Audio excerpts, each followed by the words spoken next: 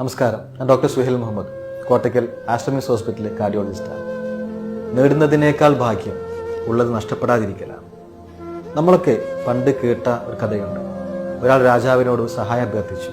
രാജാവ് പറഞ്ഞു, നിങ്ങൾ വൈകുന്നേരം വരെ എത്ര ഓടുന്നുവോ അത്രയും സ്ഥലം നിങ്ങൾക്ക് സ്വന്തം. അദ്ദേഹം ഓടാൻ തുടങ്ങി. കുറെ കഴിഞ്ഞപ്പോൾ ഭാര്യ ഭക്ഷണവുമായിട്ട് വന്നു. അദ്ദേഹം പറഞ്ഞു, വേണ്ട, അത്രയും സമയം കൂടി ഞാൻ ഓടട്ടെ. അദ്ദേഹം പിന്നെ ഓടാൻ തുടങ്ങി, കിതക്കാൻ തുടങ്ങി, തളരാൻ തുടങ്ങി. കണ്ടു നിൽക്കുന്നവരും സുഹൃത്തുക്കളും പറഞ്ഞു, ഒന്ന് വിശ്രമിച്ചിട്ട് ഓടിയാൽ പോരെ. അദ്ദേഹം പറഞ്ഞു, വേണ്ട, അത്ര സമയം കൂടി ഞാൻ ഓടട്ടെ. അവസാനം സന്ധ്യയാവുമ്പോൾ എനിക്ക് ഒരുപാട് സ്ഥലം സ്വത്ത് കിട്ടും, പിന്നെ എനിക്ക് സ്വസ്ഥമായി വിശ്രമിക്കാമല്ലോ. പക്ഷേ സന്ധ്യ ആയപ്പോൾ രാജാവിൻ്റെ കാൽക്കൽ കുഴഞ്ഞു വീണ് മരിച്ച് ഒരു 6 അടി മണ്ണ് മാത്രം അദ്ദേഹം സ്വന്തമാക്കി. ഇതിൽ നിന്ന് ഒരുപാട് പാഠം പഠിക്കാനുണ്ട്. ഏറ്റവും പ്രധാനം, സ്വന്തം ശരീരത്തിൻ്റെ വില മനസ്സിലാക്കാതെ അതിന് വേണ്ട വിശ്രമങ്ങൾ കൊടുക്കാതെ അധ്വാനിക്കുന്നതിൻ്റെ വിഡ്ഢിത്തത്തെ പറ്റിയാണ്. കുറച്ചു നാൾ മുമ്പേ എൻ്റെ അടുത്തൊരു രോഗി വന്നു. അദ്ദേഹത്തിന് 1 വർഷം മുമ്പേ ബ്ലോക്കുകളുണ്ടെന്ന് ആൻജിയോഗ്രാം വഴി കണ്ടെത്തി ബൈപ്പാസ് ഓപ്പറേഷൻ ഉപദേശിച്ചതായിരുന്നു. പക്ഷേ വേറെ ആരുടെയൊക്കെയോ ഉപദേശം കേട്ട് വേറെ എന്തൊക്കെയോ കോയമ്പത്തൂരും മറ്റു ചികിത്സയ്ക്ക് പോയി. അന്ന് അദ്ദേഹം മേജർ ഹാർട്ട് അറ്റാക്ക് വന്ന് ഹാർട്ട് നിന്ന നിലയിലായിരുന്നു ഹോസ്പിറ്റലിൽ എത്തിയത്.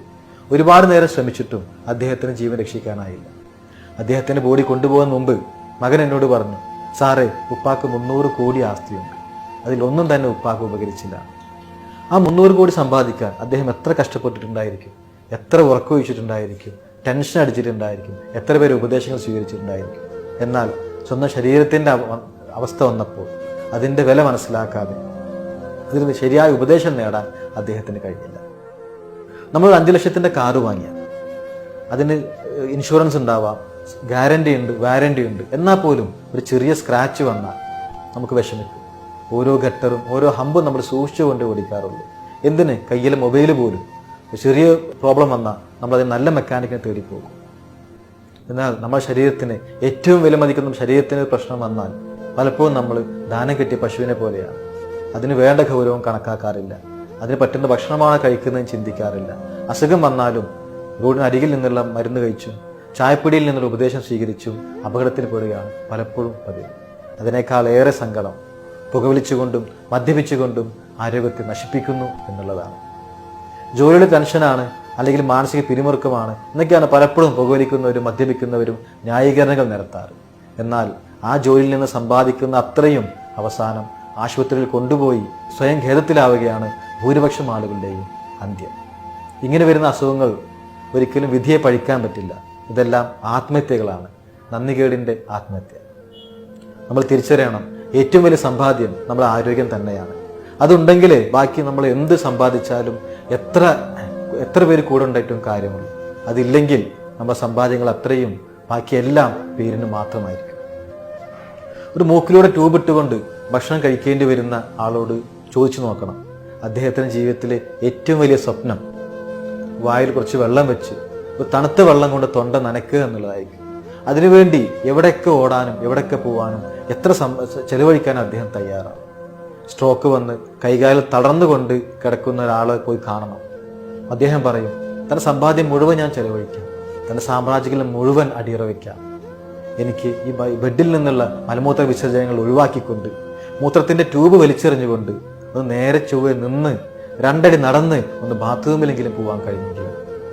ശ്വാസം മുട്ടായിക്കൊണ്ട് വീട്ടിൽ ഓക്സിജൻ വെച്ച് കഴിയുന്ന ആൾ പറയും, ഒരു ശ്വാസം എടുക്കാൻ എന്തോരം ബുദ്ധിമുട്ടുണ്ടെന്ന്. അദ്ദേഹം പണ്ട് വലിച്ചിരുന്ന പുകച്ചുകൾ ഓരോന്നും ഖേദമായി അദ്ദേഹത്തിന് മനസ്സിൽ ഓടിയെത്തുന്നുണ്ടാവും.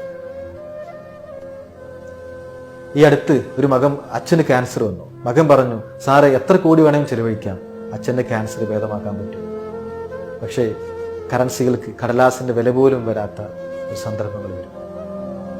അതുകൊണ്ട് ഓരോ പുകവലിക്കുമ്പോഴും ഗ്ലാസുകൾ കൂട്ടിമുട്ടി ചേസ് പറയുമ്പോഴും നമ്മൾ ഓർക്കുക, ഒരു വാരണ്ടിയോ ഗ്യാരണ്ടിയോ ഇൻഷുറൻസോ ഇല്ലാത്ത, റീപ്ലേസ്മെന്റ് പോലും പറ്റാത്ത, പലപ്പോഴും റിപ്പയർ പോലും പറ്റാത്ത ഒരു മെഷീനെയാണ് നമ്മൾ നശിപ്പിച്ചുകൊണ്ടേയിരിക്കുന്നത്. ആ മെഷീൻ കേടുവന്നാൽ തീർന്നു നമ്മുടെ എല്ലാ ആർഭാടങ്ങളും ജീവിത സുഖങ്ങളും. നമുക്ക് ഏറ്റവും വലിയ അനുഗ്രഹമായിക്കൊണ്ട് ഏറ്റവും വലിയ നിധി തന്ന് അത് നമ്മൾ ഒരു സൈഡിൽ നശിപ്പിച്ചുകൊണ്ടേയിരിക്കുമ്പോൾ മറ്റൊരു സൈഡിൽ നമ്മൾ മറ്റു അനുഗ്രഹങ്ങൾക്ക് വേണ്ടി കൈ ഉയർത്തുന്നതിൽ എന്ത് വിരോധാഭാസമാണ്. ഒരിക്കൽ ഒരു ഉപ്പ ഹാർട്ട് അറ്റാക്കുമായി വന്നു. ആൻജിയോപ്ലാസ്റ്റി കഴിഞ്ഞ് ഉപ്പാൻ ICUയിലോട്ട് മാറ്റി. കുറച്ച് കഴിഞ്ഞ് നോക്കുമ്പോൾ ഉപ്പ കരയുകയാണ്. ഞാൻ ചോദിച്ചു, എന്തിനാ ഉപ്പ കരയുന്നത്?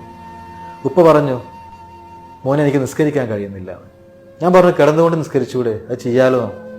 അദ്ദേഹം പറഞ്ഞു, മോനെ, നിലത്ത് നെറ്റിവെച്ച് സുജൂദ് ചെയ്തുകൊണ്ടുള്ള നിസ്കാരം, അതിൻ്റെ സുഖം അതില്ലാത്തത് വളരെ സങ്കടമാണ്.